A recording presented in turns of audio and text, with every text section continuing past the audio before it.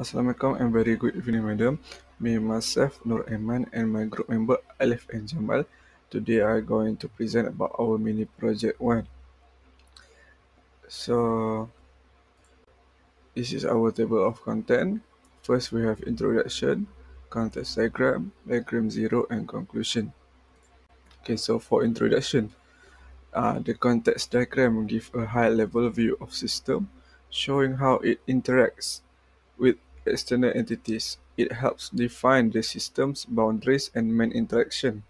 Diagram 0 or Level 0 Data Flow Diagram (DFD) breaks down the system main processes and shows how data move within the system and between external entities.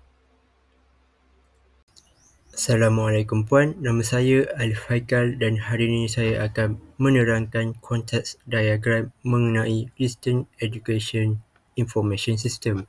So, untuk main system, Distance Education Information System ini adalah merupakan suatu platform utama yang menguruskan pendidikan secara atas talian. Ia juga menyelesaikan masalah penghantaran assignment pelajar, permarkahan ataupun grading dan juga student record secara efisien.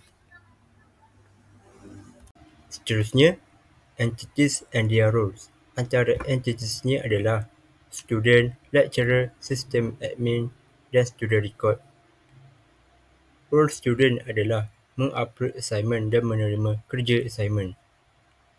Lecturer pula review, submit dan memberi grade assignment kepada student.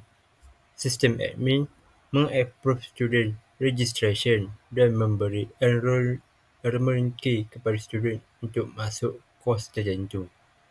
Student record memproses dan store grade untuk setiap student. Seterusnya, system flow. System flow ni adalah hubungan antara entiti dan proses.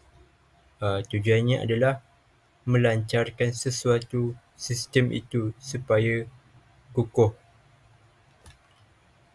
Contohnya, student submit assignment ke sistem dan lecturer menerima assignment dan memberi grade kepada mereka.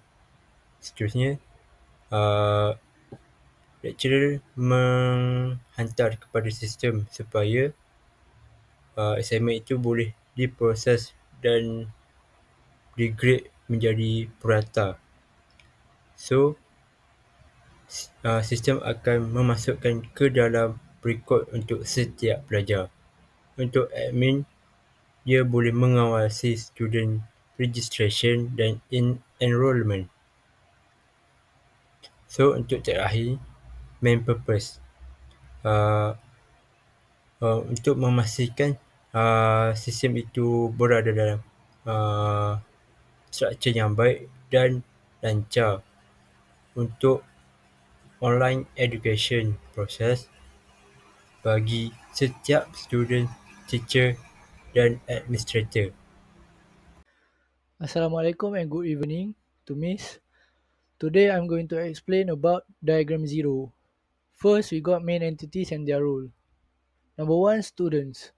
Students can register in the system. After that, they can receive and submit assignments.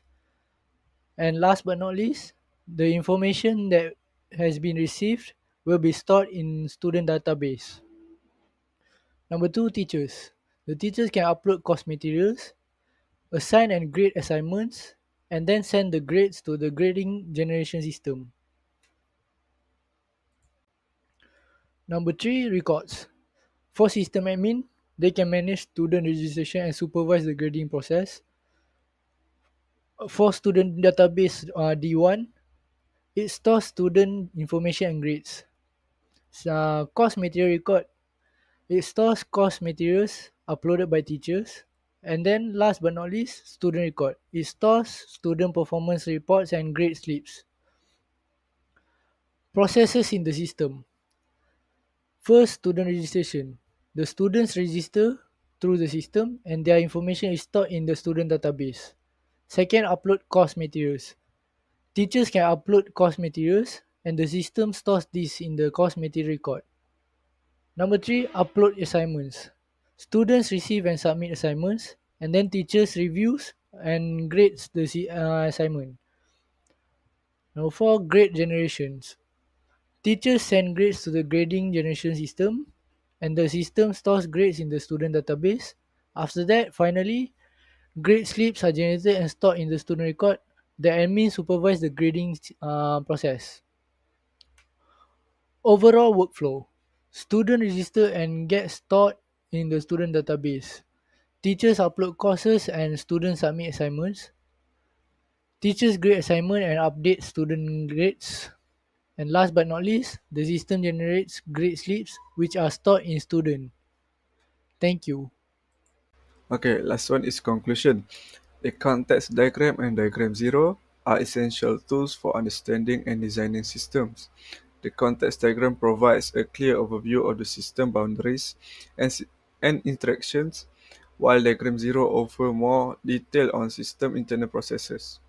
By using this diagram, we can ensure better system analysis, clearer communication with stakeholders, and more effective system design.